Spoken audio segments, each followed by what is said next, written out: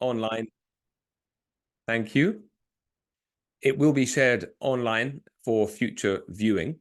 You are encouraged to ask questions and make comments. Kindly do so in the chat box, and we will get to them sooner or later. I think we will have at least a quarter of the webinar dedicated to addressing your questions.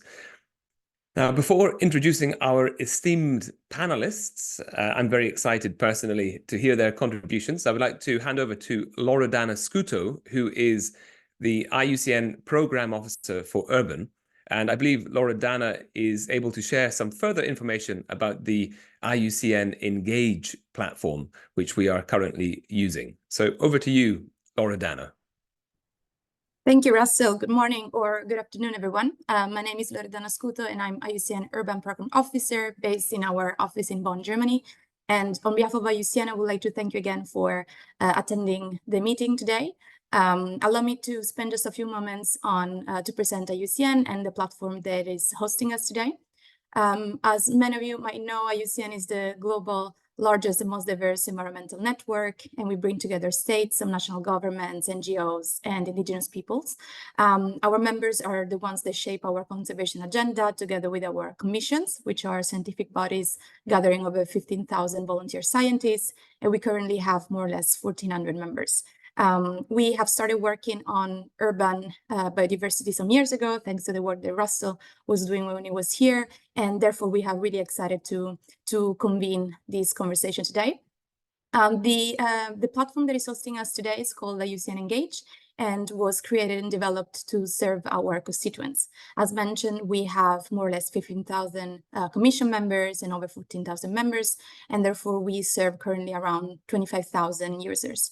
The users are affiliated with IUCN, and they are offered different services in the platform.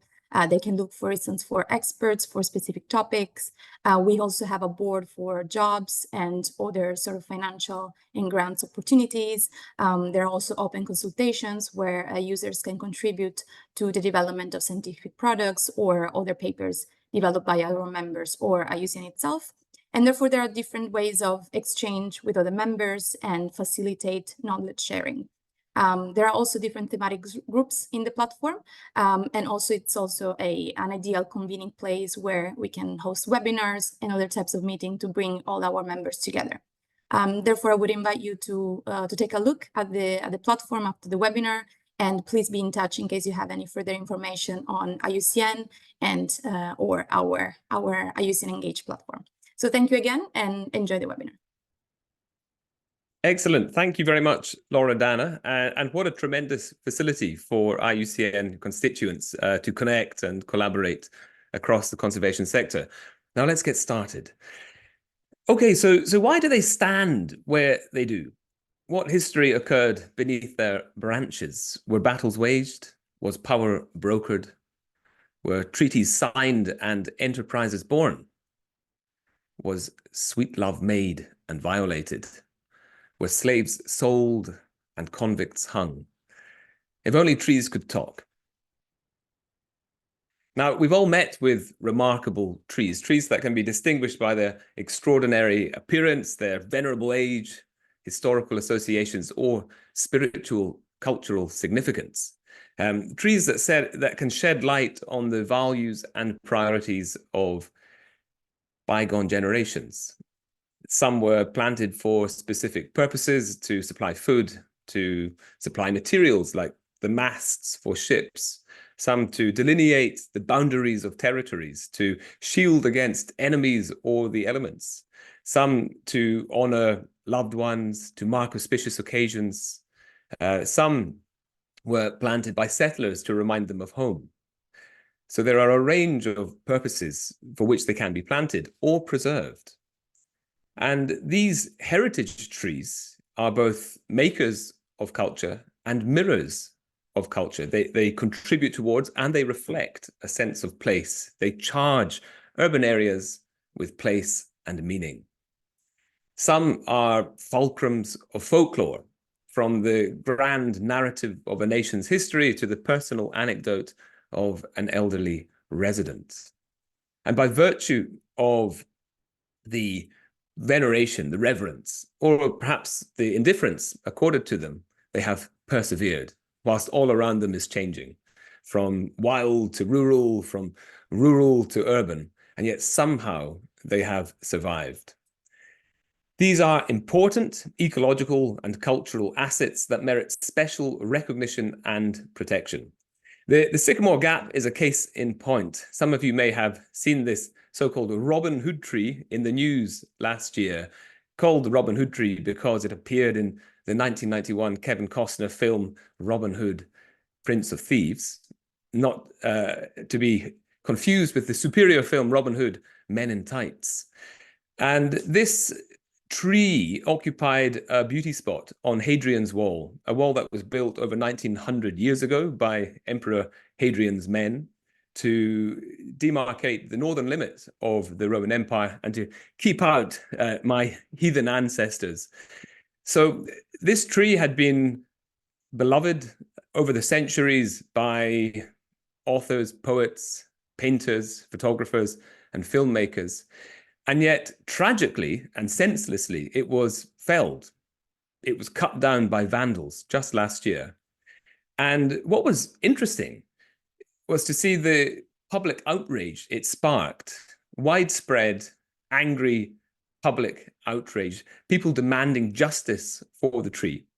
Extensive police investigations ensued, several arrests were made, and the remains of the tree are now being fashioned into sculptures to be displayed, to be exhibited in some museum, like the relics of a saint in a shrine.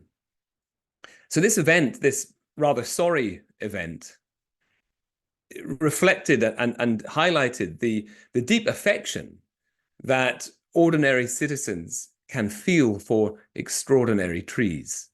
And it also exposed a collective desire to better protect and honor our shared natural heritage.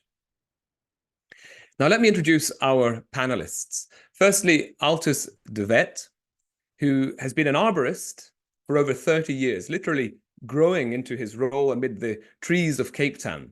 From his early days on a farm under blue gum trees to his current position as the city arborist since 2018, he has nurtured every leafy corner of Cape Town's southern suburbs with deep-rooted passion. Also, we are joined by Zoe Gold Angelucci, who is the program director at the Green Pop Foundation, where she channels her development studies expertise into greening urban landscapes across sub-Saharan Africa. I believe she's currently focused on 4 sub-Saharan African countries. She's also a veteran in environmental communications, having received the Mail and Guardian Greening the Future Award in 2021, a very prestigious award. And her campaigns are so effective that the trees want to hug her back.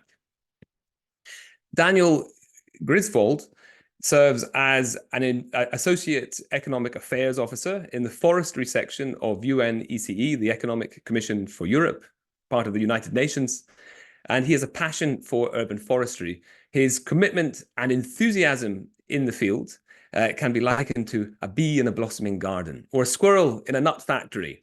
He specializes in major projects such as the San Marino Regional Urban Forestry Action Plan, which I'm very excited to hear more about.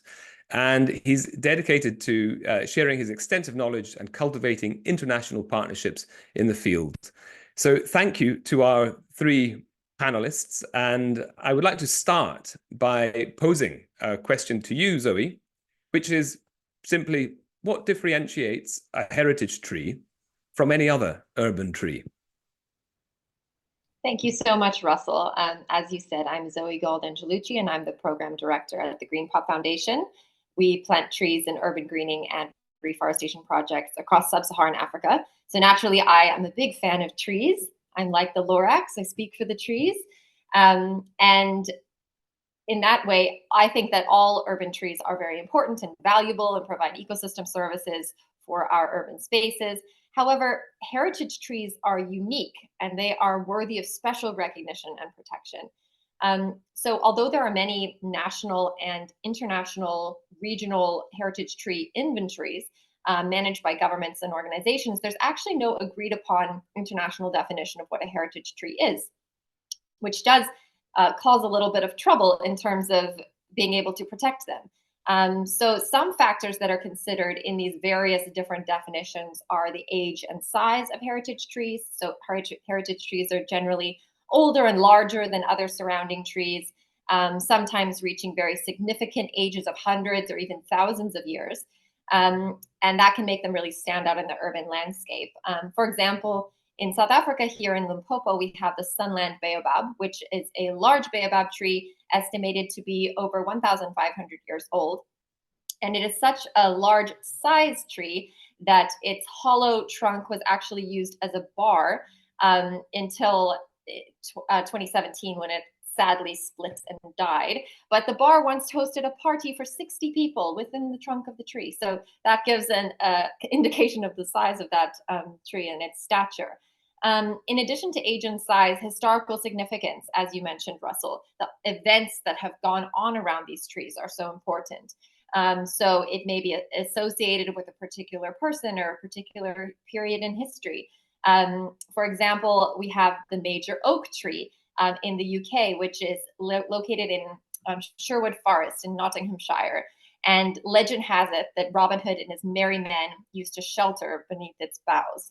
So we have that as an amazing example of a tree with historical significance. Then we have trees that have particular cultural value. They are revered in the local culture or community, having stories or myths or traditions associated with them. For example, the sakura or cherry blossom trees in Japan are cherished in the Japanese culture and seen as a symbol of the fleeting nature of life, I suppose, because they bloom and then the blooms fall. And that's a cycle that happens annually. And they're even celebrated annually with the Cherry Blossom Festival, or Hanami, which celebrates the beauty and significance of these trees. Then we have trees that have ecological importance, such as the giant sequoia trees in the Sierra Nevada mountains of California. And they're amongst the oldest and largest living organisms on Earth. And they support the surrounding ecosystem. So that's an amazing example. These heritage trees also have aesthetic value. They just provide beauty to the urban landscape. They may be rare or endangered. And many communities feel an intense attachment to these trees. It's part of what makes their home what it is, and it wouldn't feel like home without them. So that's kind of how you differentiate a heritage tree from other urban trees. They're incredibly special. They're the ones that should have the little plaques on them to tell their story. That's essentially how you tell that it's a heritage tree. Back to you, Russell. Thank you, Zoe. Really wonderful examples. I remember seeing in Japan the tender love and care that citizens devote to trees, wrapping them in winter with blankets and holding them up with stilts. And what is striking about your answer is that there's actually no current international definition, which is something I presume we together as partners can help to remedy. So that's certainly a point of focus going forward. So let's turn now to Daniel. Daniel, might you be able to explain what are the main benefits and opportunities presented by heritage trees in cities? So I'm thinking about research, ecotourism, ecosystem services, and urban planning.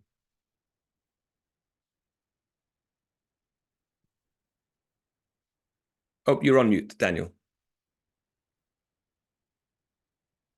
Oh, you don't hear me. Oh, okay. I'm sorry. Okay. Okay, I think I'm good. Somehow I think when the participant were muted, I got muted as well.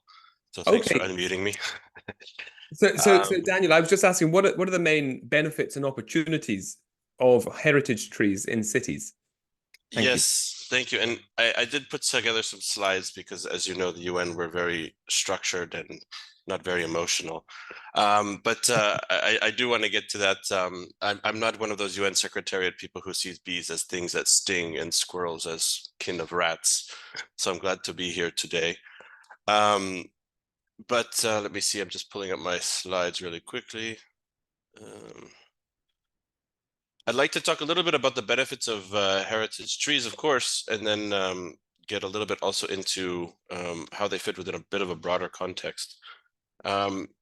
and I couldn't resist showing our heritage trees here in Geneva along the Alley of Flags at the UN. So I think they can be really iconic, and kind of create a bit of a mystique around an institution, for example. So that's just a greeting from Geneva.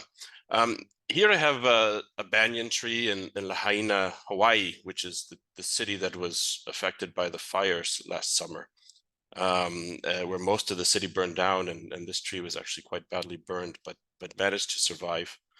And I think it's a great visualization of kind of one of the roles that many of us will think of when we think of heritage trees around the world, where they provide a convening space for communities, a space that brings people to the streets, which can also create vibrant neighborhoods where you have shoppers, you have diners, you have tourists, so it can be good for local economies, but also great for social cohesion.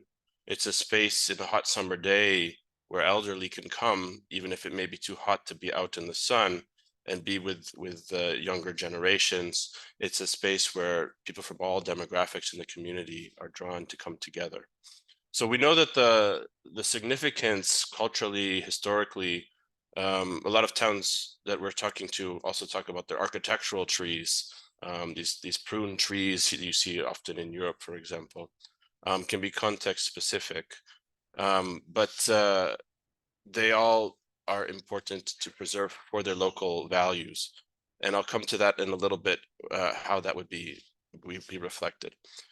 Also for research, they're quite interesting because oftentimes they have maybe genetic differences from their average tree and their species that makes them more resilient, bigger, something that can provide more shade. So as we're looking at climate change, a lot of these heritage trees in cities are great candidates to look at as they're looking for propagation material to develop more resilient trees for planting under climate change, both within cities and outside of cities. But the biggest point I wanted to talk about briefly is about the socio-ecological linkages. These, as you said much more poetically, Russell, there's kind of a dynamic back and forth between how the trees inform culture and culture informs trees. And as we're thinking about urban forests more generally, we think about them as an integrated socio-ecological network. Because if you manage one tree by itself, it may be much more costly and may be less effective. And so we have to see how they fit into this broader network, which can deliver benefits that are hard to deliver with just a single tree. And I won't go into detail on this slide, but I thought I'd include it here so that the slides can be shared later. But many of these, cooling our cities, one tree can provide shade, an urban forest can cool our city. One tree can capture water in a park and provide some shelter from rain. An urban forest can reduce urban flooding. One tree can house nuts and squirrels. An urban forest can foster and protect biodiversity. So in the context specifically of heritage trees, when we're planning urban forests, which we think we need to manage in an integrated manner, it's important to think first about what are the benefits you want. And based on those benefits, we say you need to plant the right tree in the right place. And one of the first points that I think we should be considering when we're planning is what are the existing trees, and in particular, what are these heritage trees, and how can they play a role in contributing to those benefits that we're looking for based on our local context, our local culture, our local history. And these mature trees often provide the greatest benefit. Usually in urban forest, for example, just across the border from Geneva in Ferney-Voltaire, you have the Chateau Voltaire, where Voltaire used to live. And they have a big tree-lined avenue, huge old trees. At what point do you also replace them, I think is an important question. Because if you leave them all to grow old and die, you lose the entire avenue. So actually what the city is doing is they're replacing them some at a time, but not all together. But these are all considerations when we're thinking about what are the benefits that we want from our heritage trees. And finally, one important thing to also highlight with heritage trees is the community level. I think the 330-300 rule from Susgeneindijk is getting a lot of traction these days. It's something we included in our policy brief a few years ago at UNECE. And it talks about how it's important to have 3 trees visible from every home and a good canopy cover in every neighborhood. And this is important because if we want benefits from urban trees to be equitable and inclusive, we need them in all neighborhoods. And this should be based around the heritage trees in the neighborhoods that we have. So we don't have leafy suburbs and concrete inner cities, for example. Thank you. Thank you, Daniel. And great to see the 330-300 rule, that rule of thumb by Professor Konene-Nedelijk, one of the hardest names to pronounce, incidentally, in the known language. But yes, it's certainly finding traction, and I think as an aspiration for any city to work towards would be worthwhile. Also, I was intrigued to hear about the ecological significance of these heritage trees. I imagine that those which grow particularly old or large, they actually have a disproportionate contribution to native biodiversity, assuming they are native. I know many heritage trees are non-natives. I imagine as they grow particularly old, they offer a greater diversity of microhabitats, of niches for other species to fill. Now turning to our city arborist from Cape Town, Altus, might you be able to share some of the, I guess, the challenges surrounding heritage tree management and protection, and how, in practical terms, we can address them, drawing on your experience? Thank you. Russell, yes, thanks. I think it's almost good that I got the challenges part, because we feel that we've got many challenges in Cape Town.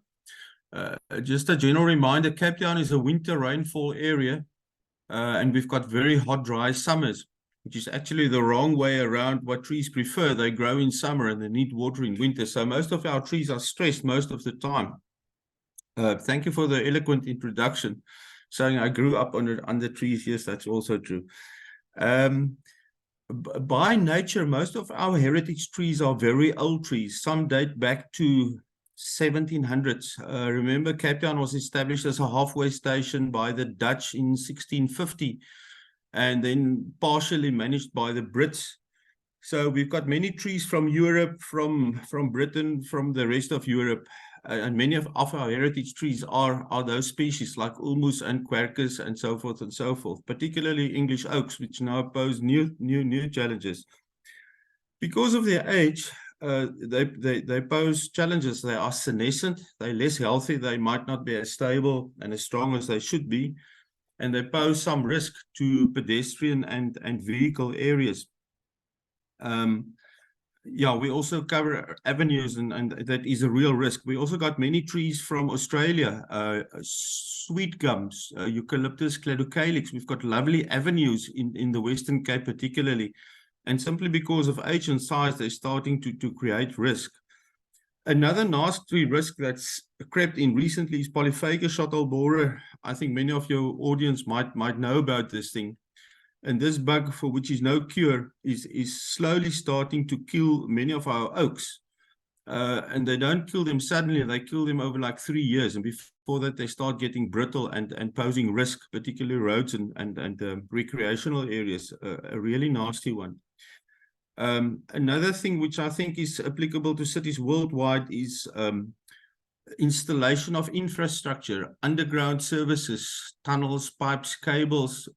Being a developing country, there's a lot of cable installation going on in Cape Town, and they follow the through routes, and the through routes are also where the avenues are. So we're losing a lot of root volume, and damage is caused by our trees simply by installing these underground services. You don't see the damage immediately. You see it like 2-3 years down the line when the tree starts stressing and maybe dying and maybe falling over. And then there's a lot of blame shifting. Who's to blame for the trees dying? And we constantly have to battle that. And I've written a little article saying, or named, "A Tree is Not a Pole." And that's aimed at our engineering colleagues to inform them or remind them that a tree is not a pole. It's got a root system and you have to manage it as a living organism. Road widening, constant. We've got a lovely main road in Cape Town called M3. Well, there are many M's throughout the world, but there's a dueling process underway whereby many heritage trees might be affected, and we're trying our best to to save the trees and realign the roads, but in some cases it's obviously not practical. So the next step would be replanting with subsequent challenges of watering and maintenance. Another pattern, probably also worldwide, is densification. We've got these huge properties, particularly in the southern suburbs, which are now subdivided, and instead of one house, you get like 5 or 6 townhouses that's squeezed in, and money talks. And in the process, trees are lost. On private land, it's much more difficult to control and regulate the removal of trees because it is private land. And sometimes the developers are bright.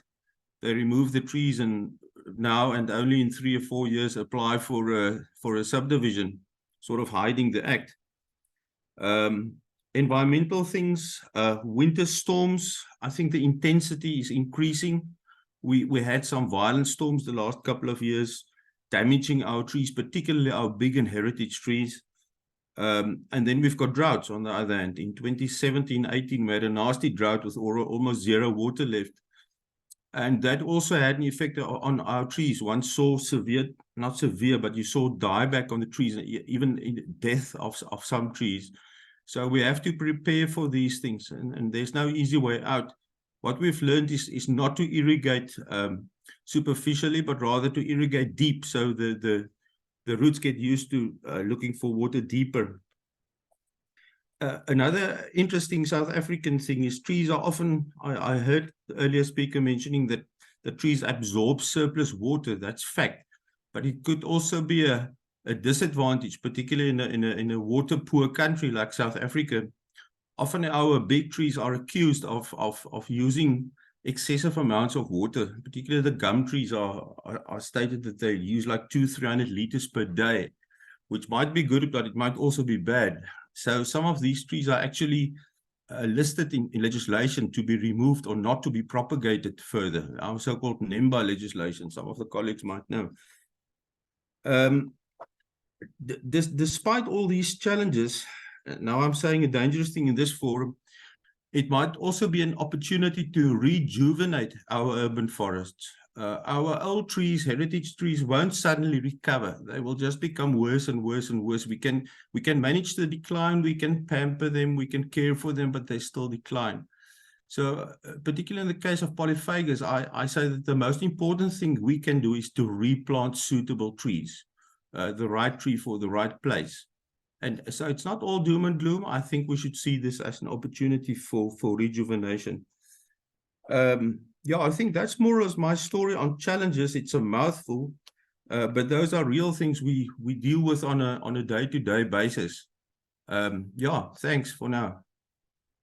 Thanks, Altus. That's fascinating to hear, from your practical experience. And as a visitor and former resident of Cape Town, I do recall the incredible quercus, the oak trees that were planted, I think originally with the intent of being used as barrels for viticulture. But then I understand they grew too quickly in the long growing climate, and they became porous.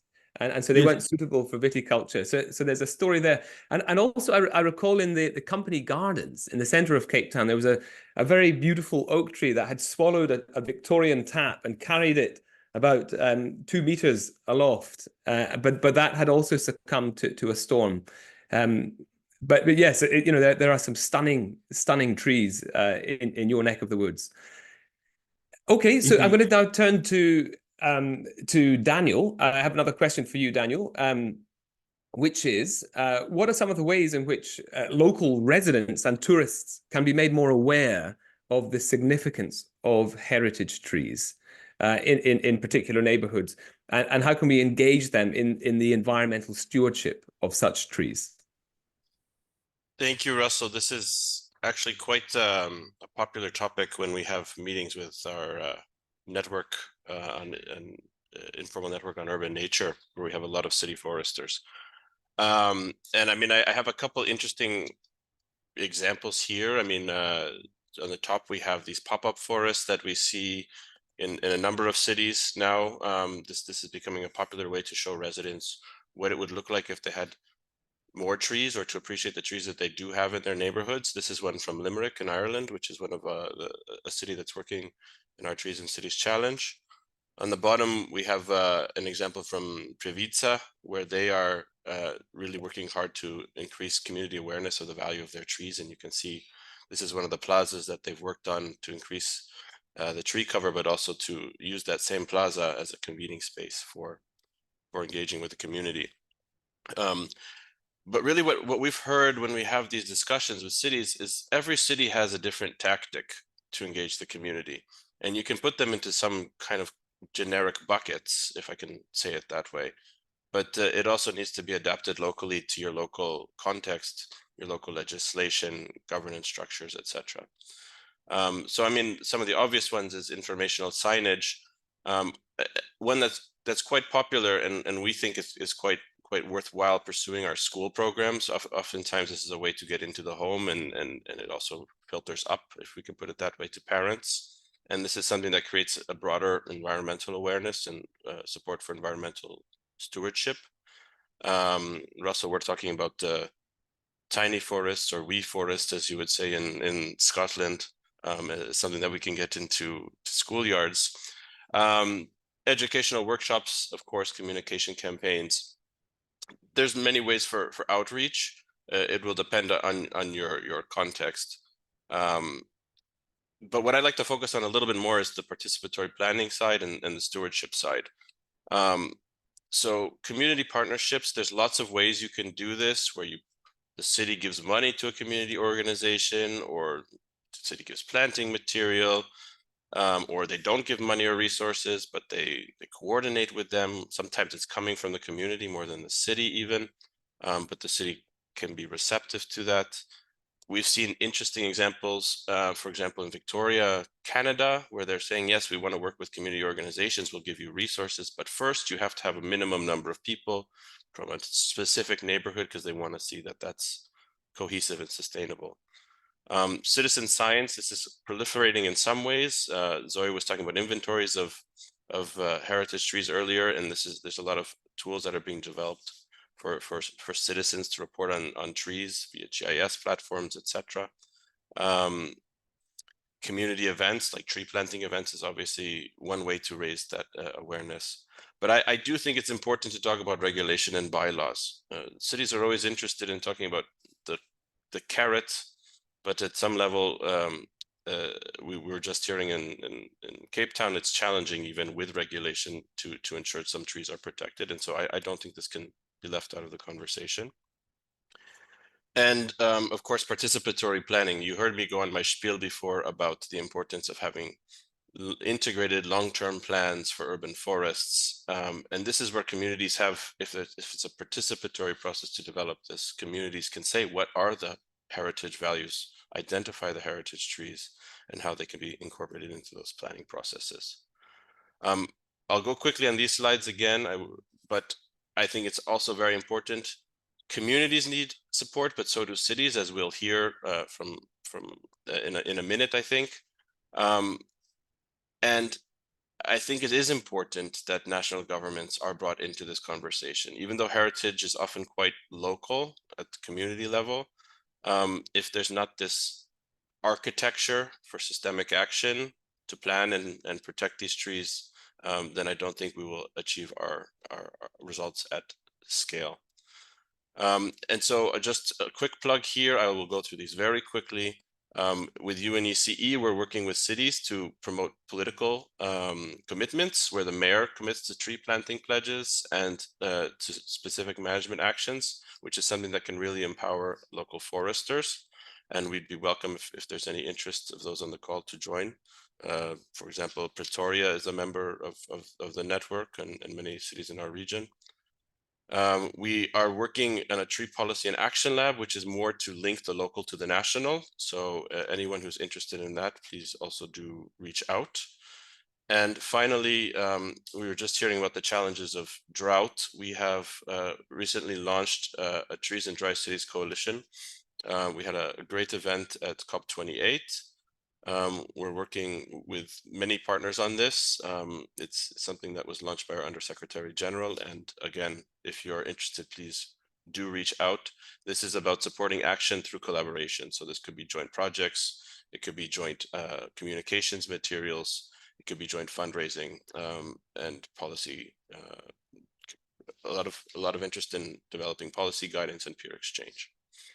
So with thanks for your forbearance as I go through my plugs, back to you, Russell. Thank you. I'm taking some notes. Really great to see all the work you're doing at UNECE to create more nature-rich, verdant cities. And I think all the participants interested in this work should definitely visit those websites.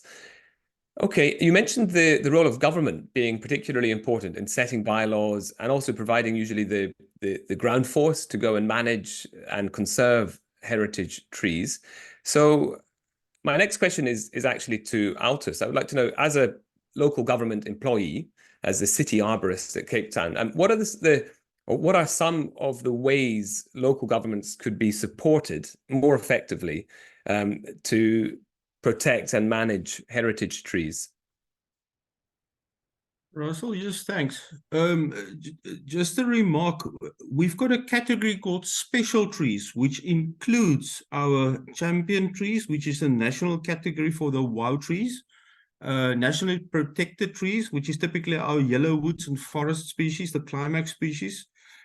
Then we've got our heritage under that as well, with the lack of proper definition as heard before. And then we've got so-called significant trees, which is just lesser of champion trees. So just that's to explain where our heritage trees fit in. I just thought that would be interesting. Support is mainly gained from citizens and residents, whether individual or organized in groups. We've got many very passionate friends groups and residents groups in Cape Town looking after the environment and looking after trees. And we've got a strange love-hate relationship. Sometimes they criticize us with good reason and sometimes not so good reason. But they're really supportive and they're committed to protecting trees. One such group is the so-called Tree Keepers, which is a group that I think came in existence about 5-7 years ago. A very passionate, very strong group. And they watch us, which might be a good thing. We also believe rather to educate and inform rather than enforce. So we try to put out tree messages and tree protection and tree retention messages instead of enforcing and prosecuting and fining. That doesn't work and it's very unpopular. In the same vein, to raise awareness on trees and the value of trees, the benefits of trees, and we do that through various social platforms, through printed media, through whatever we can do, and we do it through the city's communication department and even our department's communication department. There's also some support from national government. I think in the first place, one should acknowledge the legislative framework, things like the Forest Act, which regulates protection of particularly protected trees and some other forms of tree planting. And there's also some national initiatives like the Arbor City, South African Arbor City Initiative, an annual competition that promotes proper tree planting and care for municipalities in South Africa. And by the way, we won that 2 years ago, and I think it was quite well done. Yes, and there's also a so-called National Green Forum, which broadly promotes greening South Africa. And that includes tree planting, shrub planting, revegetation, all kinds of greening programs. I just also want to mention that we've got a so-called urban forest strategy for Cape Town, which involves, we call it plant and protect, is the first two things. Planting is obviously to expand the urban forest and plant more trees. Protect is what it says, to keep the existing trees, including the heritage trees, to manage and monitor. We did a canopy percentage count 2 years ago, which is to be repeated. To secure resources, that's from within, external and government, whatever we can do. And then important one is stakeholder identification, engagement, and awareness. And that links back to where we started, our citizen groups and friends groups that help us and support us. I think these are the important things that we rely on, with the focus on caring people outside that support us. Thank you. Thanks, Altus. So a lot is going on actually already in the city of Cape Town and nationally to identify, locate, protect, and conserve these special trees. And I wondered, you don't need to answer, but I'm wondering, whether there's also help that could be provided internationally through knowledge sharing. I know Cape Town and indeed South Africa's climate and ecology is very unique, but I'm sure that there are practical experiences which could be shared, between cities to improve the management, best practices, not just in conserving the trees, but also in promoting awareness, education, and harnessing the sort of economic or ecotourism potential. Now turning to Zoe. Oh, did you want to come back in? Yeah, just a short response. We have fairly regular interactions with ICLEI and an interesting tree planting activity some time ago, where they sponsored a lot of trees in so-called hotspots, and also regular interaction with C40. And it's always interesting chatting to these people, realize they've got the same challenges and the same issues, and it just feels a bit better. So we will continue doing so. Thanks. Excellent. Yeah. ICLEI is a fantastic network through which to identify like-minded professionals, I'm sure. Okay, and Zoe, on that note, we are wanting to mainstream reverence for the protection of heritage trees in the general public. And as you know, trees have often been emblems or icons of radical environmentalism. Maybe radical is not quite the right word, but from the Shipko movement in northern India, where people literally chained themselves to trees. I think that's the origin of the term tree hugger. To the present day, I mentioned the sycamore gap earlier. They are more than just ordinary organisms. These are icons of the environmental movement. How can we build and capitalize on that innate love for nature and mainstream the reverence for these trees? Thanks, Russell. Yeah, I think it is so interesting to see the, I suppose, spectrum of interest that people have around trees and heritage trees in general. You have some people who are, as you said, chaining themselves to trees, very, very committed, living in trees for years on end to protect them from being cut down, as opposed to others who maybe don't even really notice the trees in their neighborhoods or understand what a heritage tree is. So I think a good place to start, which kind of goes back to my first answer, is that we need an international definition of what a heritage tree is, and we need an international inventory. If we were able to have a full list of the most significant trees in the world, I think that would be a wonderful place to start, and it would give us a jumping off point to be able to work with the various different governments and organizations that are responsible for taking care of those trees and give them support that may be needed, and then network, as Altus mentioned, so that they can all sort of share their experiences. More locally, we need policies around heritage tree protection. Many cities have this. Again, it would be nice to join these different people and organizations together so that they can learn from each other in terms of best practice for policy and advocacy, as well as integration into urban planning, which has also been mentioned. Daniel mentioned the importance of stakeholder engagement and working with communities in doing urban planning. That's also so important. And then from a Green Pop perspective, we look at how to make greening popular. That's where our name comes from. So I actually think that urban heritage trees need a good publicist. They need a PR campaign to really mainstream them into the types of media that people consume. We need to see documentaries narrated by famous biologists or conservationists about the amazing trees in the world. Global competitions to showcase some really incredible species. Artworks. We need trees in movies like the one that you mentioned at the beginning, Russell, the Sycamore Gap, as well as TV shows. Just integrating them into popular culture. I think would be a wonderful place to start. And then another thing that Green Pop often does is we host festivals, of tree planting festivals and tree planting events. And I think that's a great way to get people in at the beginning. If you have put a tree into the ground yourself, you know the effort that it takes to do that, and you do feel a bit of a connection to that particular tree. And I think that connects you then in general to the concept of trees and to the people who planted the heritage trees 1,000 years ago, for example. So yeah, I think if I were to summarize in a nutshell, I would say an international definition and an inventory would be a good place to start. And then a nice PR campaign integrated into various different types of media, and then events to actually get people physically active in planting trees, replacing heritage trees that have been lost, and then also protecting the ones that exist. Back to you, Russell.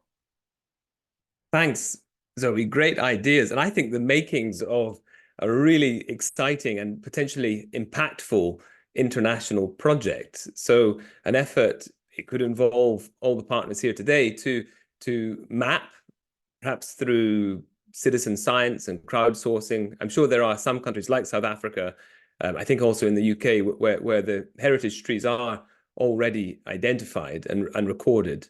But I know that's not the case everywhere, is it? So an inventory, so we can identify where they are, but also perhaps a citizen science program to monitor the health and condition of these trees, and to capture some of the anecdotes, the historical significance and cultural significance of these trees. And I think it would make a wonderful documentary or a traveling exhibition. I mean, there's so many possibilities to harness the value of these trees in order to imbue neighborhoods with meaning, but also to raise awareness and foster love of nature. So I think we now have some time for questions. If there are any from our fellow participants, please feel free to pop them in the chat box and I can relay them to the panelists. Otherwise, I would just like to ask the panelists, whilst the audience is or the fellow participants are conjuring their questions, I'd like to ask you as panelists, do you have any additional points that you wanted to make that you feel you haven't made? Is there anything else that you would like to say that you wish you'd said? No? Okay. One point I wanted to make, it's not really a point, it's just, I think, a remarkable tree in Cape Town. So Altus, you spoke about the myriad of challenges and the efforts that are underway to resolve them. But you also mentioned some of the special trees in Cape Town. And I recall the saffron pear in the company's garden. And if I'm not mistaken, it still produces fruit, even though it was planted way back in the 1650s. And this old, craggly pear, which is, held aloft with stilts, still produces fruit. And there was a passage I read by a traveler, I think in, it would be the late 1690s or early 1700s, and he actually recorded the delicious saffron pears that he plucked and ate from this particular tree. And now all these years later, over 300 years later, you can still experience that sweet pear. I just find that remarkable. They really are incredible trees that can capture the public imagination. Any other comments anyone would like to add? Please, Zoe. Oh, sorry. Altus, and then Zoe, if that's okay. I just had a reminder from a colleague that we should mention that we've also got a heritage protection overlay zone as part of a municipal planning bylaw that regulates the conservation and protection of our heritage trees. And we've got a GIS map system called CityMap, and there's a layer called heritage protection overlay zones, which clearly indicates where trees are automatically protected. So that serves as a very useful guideline for any engineer or planner that looks at this and he realizes, wow, this is a protection area, I must get special permission. So that's a useful tip that some other colleagues might consider copying. Thanks. Thanks, Altus. The Heritage Protection Overlay Zone. And that's specific to the city of Cape Town. I'm only aware of the Cape Town arrangement. I'm not sure of other cities. It works well for us. Okay, excellent, excellent. Zoe, please. Thanks, Russell. I was just reminded as you were discussing the saffron pear that I think there's also so much potential for ecotourism with heritage trees. And that's something that we haven't discussed a lot this morning. But I know that when I visited other cities in the world, I visited Berlin, and I was amazed to see that each tree had a little number on it in the whole city. Every tree has a number to tell you what it is and what its status is. And so that was something that was interesting for me. And in Paris, I did a lot of walking tours of the many different parks, and I read all the plaques on the different trees, and I found it fascinating. And the same thing in Israel. And I think trees do hold so much history and meaning and give a sense of place to cities. So I think there could be something very interesting in creating an app or something to that effect, so that people can actually do walking tours of cities and visit the various different heritage trees and read about them, or have a audio that they can listen to that explains what they're seeing. Another idea for future pondering, but I think Altus also was suggesting a tree route of some kind, which would be fantastic. I would definitely do that. Yes, So absolutely. may I comment? Please. Yeah, we've considered exactly that. We can't cover the entire city, but we considered like a tree route linking from the company's gardens down through the suburbs, southern suburbs, down to Ardern, Claremont Gardens, all with very special, very significant trees. However, we are set back by Polyphagus shottlebora, and that will create gaps in our route, but it's still a very nice option. And I think the easiest thing will be to do like QR codes on some of the trees or along the route to guide visitors walking or driving this route. But yeah, we're working on that one. Thanks. How exciting! That really does sound wonderful. Next time I'm in Cape Town, I look forward to walking along that particular route. I know the city of Paris produced an app. I'm not sure if it was actually the Ville de Paris, but it might have been a startup or a social enterprise in Paris. They produced an app which you can download, and there are walking tours around the city to visit the old iconic trees. And I think there is huge potential to generate ecotourism, people who want to, have a slightly different experience in the urban fabric. Please, Daniel. Yeah, no, I mean, it's an interesting discussion. I think one of the things I wanted to just bring in, oftentimes when we see heritage trees as we travel around the world, it's in conjunction with other heritage sites, and that's why they've been conserved in many cases, I think. So I think there's two levels. One is, I mentioned earlier, it's a socio-ecological network, and we have to understand their linkages to other dimensions of heritage, and urban foresters and arborists need to be engaging with people who are managing urban heritage and patrimony. I think it's important to have those linkages there. And what we haven't talked about today is protection. I mean, so that people aren't walking on the roots or climbing up on the boughs of trees if their purpose is not that, if that's not their heritage value. And maybe one last thing is, I mean, there's a huge cost to keeping some of these branches up, keeping some of these trees alive. And when we're talking about urban forestry, what I think is often left out of the conversation is that long-term maintenance funding. This is true. There's a lot of money for tree planting. There's not a lot of money for tree care in public budgets. And urban, I think if we're talking to people who are not urban foresters, who work more in rural areas, the costs that they are used to are not the costs that you find in urban areas. The costs in urban areas are much higher. It's a much more intensive management. And the space has many more competing demands on its use. So I think that it's really important to have the funding and the support for managing these heritage trees over time. And that requires partnerships across sectors. Very good point. Very good point. I think we are reaching the end of the hour, and we've heard, well, a wealth of experience, insights, and ideas from the panelists. Certainly a lot of food for thought, and I think some very clear direction on a way forward, perhaps as a group, what we could focus on collaboratively. Thank you to the panelists. Thank you to the audience or the participants. I had hoped for more questions, but not to worry. We have another webinar for those of you who are particularly enthused by this topic. We will be running a repeat webinar later this afternoon for the Western Hemisphere. So if any of you want to experience it again, you can with a different set of panelists. But let me conclude by saying thank you very much to the partners, IUCN, the Green Pop Foundation, ICLEI, and of course UNECE. And thank you to the panelists, and of course thank you to Loredana and IUCN for providing the platform today. I think it's been very smooth and functional, and I hope to use it again in the future.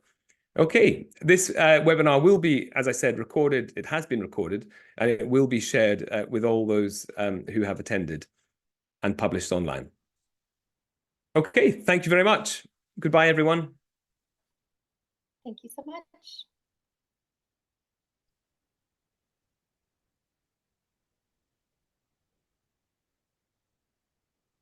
Okay.